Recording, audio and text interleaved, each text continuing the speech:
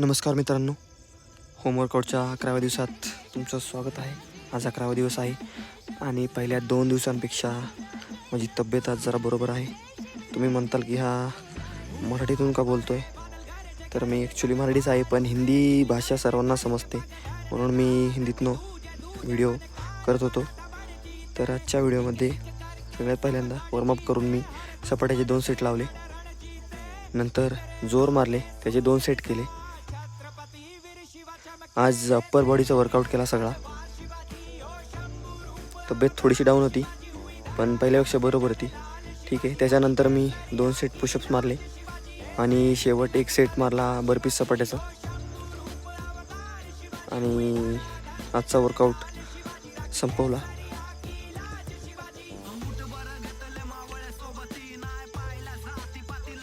आणि हा आजचा पंप आहे.